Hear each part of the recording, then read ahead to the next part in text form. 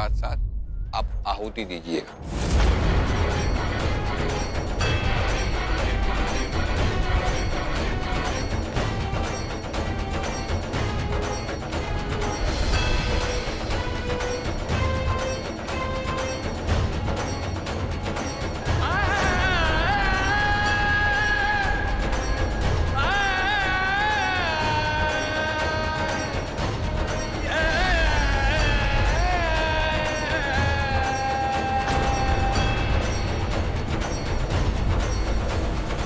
उनको हाथ लगाएगी।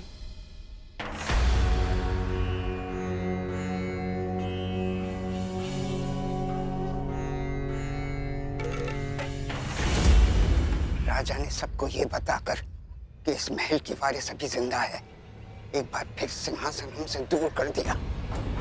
लेकिन सिंहासन हमसे कितना भी दूर चला जाए, हम उस तक पहुंच कर ही रहेंगे। अब आप दोनों मन में अपने माता पिता के नाम का स्मरण कीजिए और मेरे साथ कहिए, हे ईश्वर, हे ईश्वर, हमारे पूर्वजों की आत्मा को, हमारे पूर्वजों की आत्मा को मोक्ष प्राप्ति हो, मोक्ष प्राप्ति हो। विष्णुर विष्णुर विष्णुर।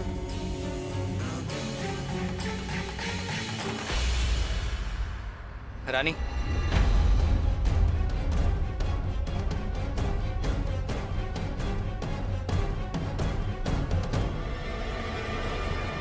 इंस्पेक्टर साहब, अच्छी बात है आप हमें यहीं मिल गए। हम आप ही के पास आ रहे थे, हमें एक जरूरी काम था। मैडम एक मिनट, जरूरी कागजात में राजा जी की साइन लेनी प्लीज।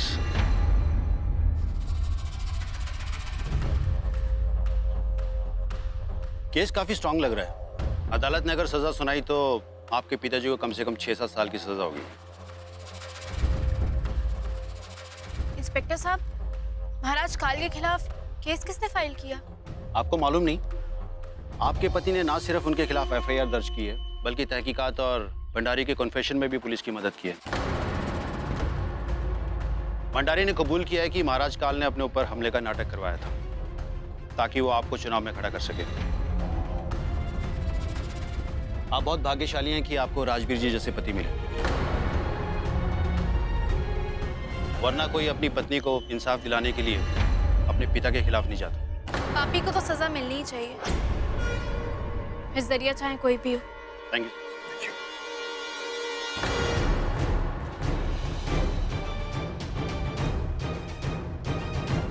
रानी, एक बार मेरी बात सुन लो।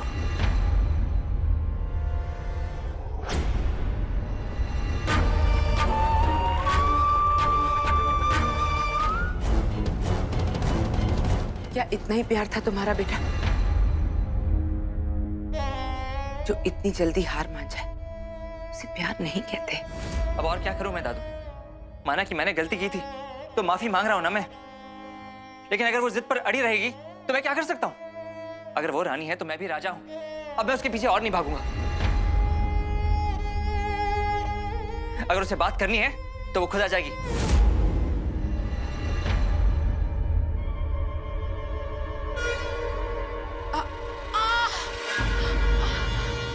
दादू, दादू, दादू, दादू, आप ठीक तो हैं? दादू, दादू, दादू, क्या हुआ आपको? मैं डॉक्टर को फोन करता हूँ। दादू, पानी। ठीक है ना आप? पानी, हम पानी लाते हैं।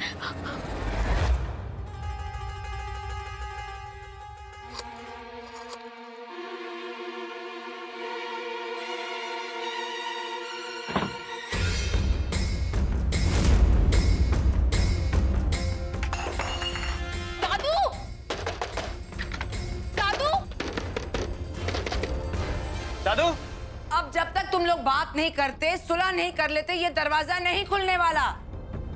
दादू, ये क्या बचपन है? प्लीज दरवाजा खोलिए। आप कब तक यूं बाहर रहेंगी?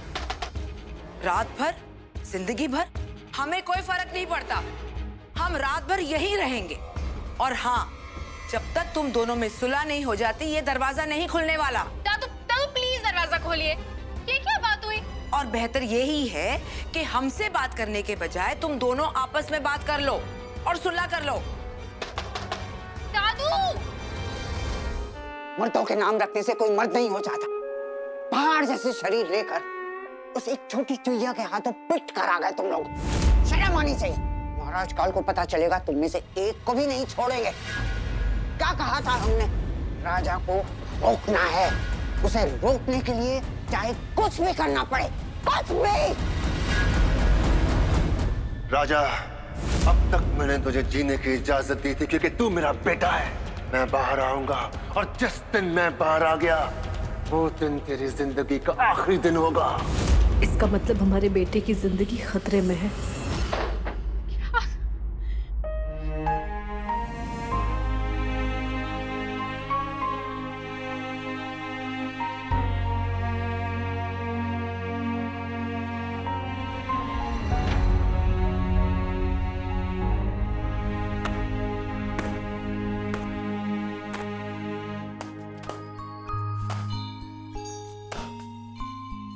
यहाँ हमारा रिश्ता बिखर रहा है और तुम कमरा समेट रही हो।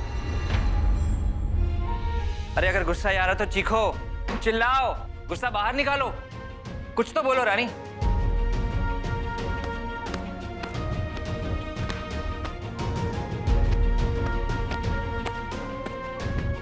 इस पलंग ने तुम्हारा क्या बिगाड़ा है? मारना ही है तो मुझे मारो ना, मैं हूं तुम्हारा गुनहगार।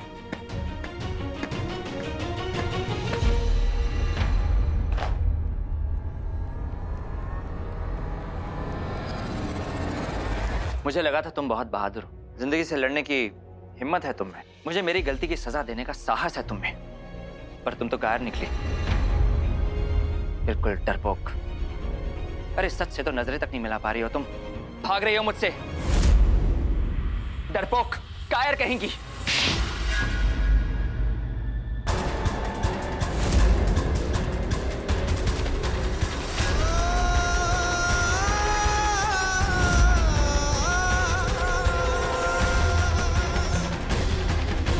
जो अपने प्यार को पाने के लिए सब कुछ कर सकती थी, और एक उसकी बेटी है जो अपने प्यार को दूर करने के लिए सब कुछ कर रही है।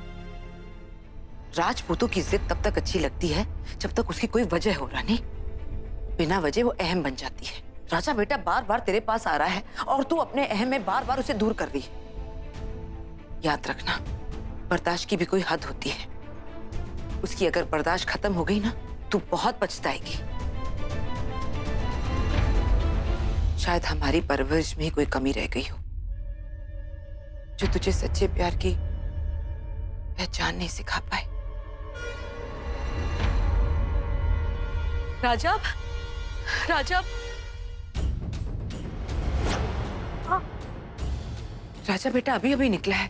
राजमाता, मैंने बड़ी रानी माँ की बातें सुन ली। वो कह रही थी कि राजा पर जिन गुंडों ने हमला किया था, राज काल ने भिजवाए थे। काल? मैंने बड़ी रानी माँ को ये कहते हुए सुना कि वो फिर से राजा पर हमला करेंगे। क्या कह रही हैं आप? हमें आज तक कोई गायत्री पार नहीं कर पाई।